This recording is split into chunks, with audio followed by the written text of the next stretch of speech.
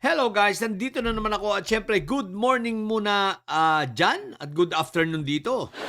At syempre eto makinig kayo kayong mga didilis na mga pro-China at kayong mga chinator no, na mga walang kabuhay-buhay dyan sa Senado no. Pakinggan nyo itong mabuti. Alam nyo guys, eto sa mga ka-BBM ko. Salamat na lang at si PBBM ay visionary ano. So, nakikita niya ang mga pangyayari at nakita niya ang pagkakamaling ito na ginawa ni Fentaboy na masyadong ah, pumanig at inilagay ang ating bansa sa China na muntik tayong maging probinsya. At ngayon, nang maupo si PBBM, di muling binuksan ni PBBM at inilapit muli tayo sa US, no? Now, pag-usapan natin, ano ba ang pagkakaiba ng dalawang bansang ito? Ayon sa mga nangyayari ngayon at sa mga pangyayari nitong mga nakaraan at sa uri ng pakikitungo, sabihin natin na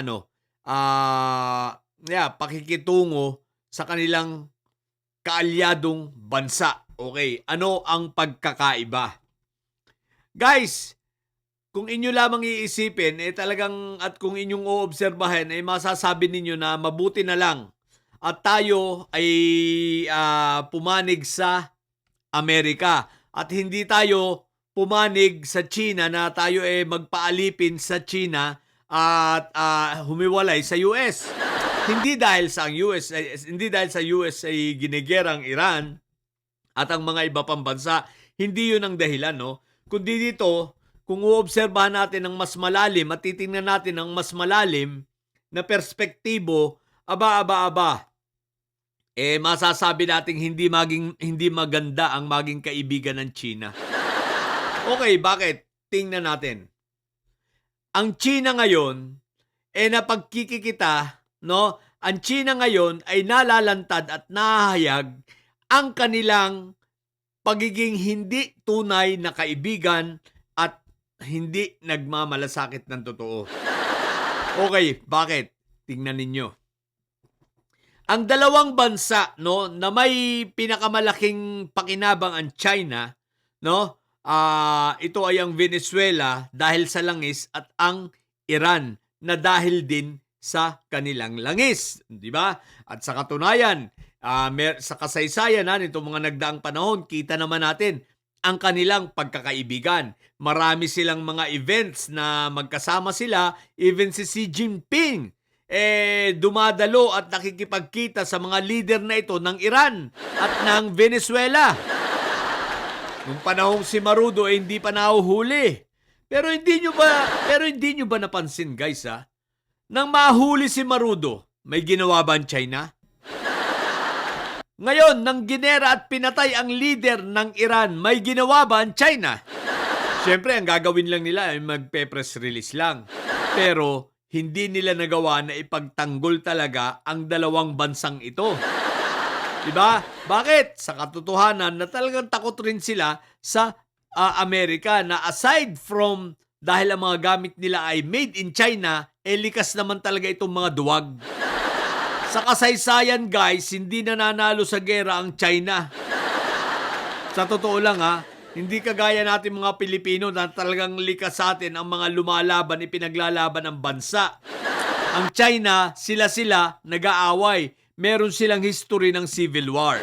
Pero ito ang pinupunto ko guys Isipin mo si Xi Jinping. Pinabayaan, bakit wala silang aksyon ngayon laban sa USA? Samantalang yung kanilang pinaka-pinuno ng Venezuela at ng Iran, yung isa hinuli ng US, yung isa pinatay ng US. At wala silang ginawa. Katunayan, pinagkakitaan pa nga nila ang dalawang bansang ito sa pamamagitan ng pagbebenta ng kanilang sinasabi nilang mga high-tech na mga gamit, high-tech na radar system, 'di ba? Pero ano nangyari? Lahat ay hindi gumagana, lahat ay hindi maayos, lahat ay hindi gumana ng naaayon sa purpose ng kanilang mga paggagamitang ito. Katulad ng mga radar na ibinenta sa Venezuela, hindi gumana. Ngayon, ang mga radar, ang mga anti-missile, no, na ibinenta nila sa Iran, hindi rin gumana. Bagkus, mga palpak, kaya ano nangyari ngayon sa Iran? Napupulbos unti-unti. Bakit? Kasi sobrang nagtiwala sila sa China at nadala sa pambobola. Ang China ay magaling lang itong mga ako at magaling lang mambola. Hindi lang yon, magaling pang mambuli. Dahil kung talagang yung Chinang yan ay palaban, ang tanong, bakit hanggang ngayon hindi nga nila matira-tira ang Taiwan Pagkaliit-liit lang nung Taiwan, di ba? Pero hindi nila makaya. Bakit? Dahil sa ang katotohanan, takot sila sa Amerika. Di ba ga? Ngayon, may nagawa ba sila? Wala. At ang mga gamit nila, pinulbos lang ng US. So, pinagtatawanan sila ngayon ng mundo. At mabuti na lang, hindi tayo sa China pumanig. Di ba? Kaya kayong mga Chinator, tatangan nyo lang.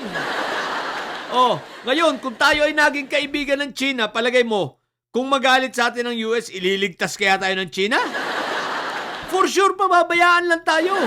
Katulad ng ginawa nila sa Venezuela na pinabayaan lang at saka dito sa Iran. Di ba? Dahil hindi naman talaga nila kaya ang US, puro lang sila bully, puro lang sila pagyayabang. At pinagmamalaki sila ngayon ang may pinakamalaking pinakamalaki at pinakamalakas na Navy, kalokohan yan. Yung Navy ship nila, parang lata lang yung mga barko nila. Ay Diyos ko po, Rudy. Hindi tatagal, tapos yung mga missile sila, ang laman, imbis na gasolina, tubig. Di ba ka? So ibig sabihin, hindi nagkamali si PBBM ng pagpili na tayo ay sumuporta at bumalik dito sa US sa makipagtulungan sa US, pero hindi sa partikular na gerang ito kundi sa pakikipag-alyansa. So maliwanag yon. Bakit? Ngayon ang China kasi binubuli tayo, akala naman nila kakayanin tayo. China, yung Taiwan nga hindi nyo makaya-kaya di ba? Ang tagal nyo ng pinaplano, bakit hindi niyo magawa? Kasi takot talaga kayo dahil hindi nyo kakayanin ang US. Ngayon, pinagmamalaki nyo Russia. Yung Russia nga, yung Ukraine, hindi nga matalo-talo ng Russia di ba? Sino? North Korea? Ay, Diyos ko po, Rudy. Tatatlo lang ang kaalyado ng China, sa totoo lang. Dalawa na nga lang kasi 5 lang sila, di ba? Ang Iran, ang Venezuela, ang North Korea at ang Russia. Kaso may mga sariling gera kagaya ng Russia, hindi nga matalo-talo yung Ukraine. At ang North Korea, palagay nyo, Diyos ko po, Rudy. So ngayon, kaya makinig kayo mga Chinador ngayon, pahiya kayo ngayon. Ano ngayon ang mga gamit ng China? Ang gamit ng China ay maliwanag. Ang mga gamit militar ng China ay maliwanag na made in China. Made in China. Walang silbi, walang kwenta. Kaya ngayon, talagang si PBBM ay visionary at tama ang kanyang desisyon, At buti na lang, hindi tayo naging probinsya ng China. Dahil kaawa-awa tayo kung nagkataon. Tsaka yun, di ba? Ngayon, eto pa ang isang malupit. Abangan natin dahil sobrang apektado ngayon ang China, lalo na ang kanilang ekonomiya dahil bumagsak ang dalawang bansa na pinagmumulan talaga ng kanilang langis, ang Iran at ang Venezuela. Okay? So diyan nagmumula ang kanilang mga langis. Yung sa Russia, medyo bawas-bawas yun no? So dito talaga ito ang main source nila ng supply ng langis at yun ay napurnada nga, di ba? May problema ang kinaharap. Okay? So yun lang. Kaya tingnan natin ang mga susunod na mangyayari sa mga darating na araw sa mga bobong didilis dyan at may sayad. Ang tatay nyo ay karton. Manatili kayong mga bobo at may sayad sapagkat ang may sayad ay lagi high blood. Bye!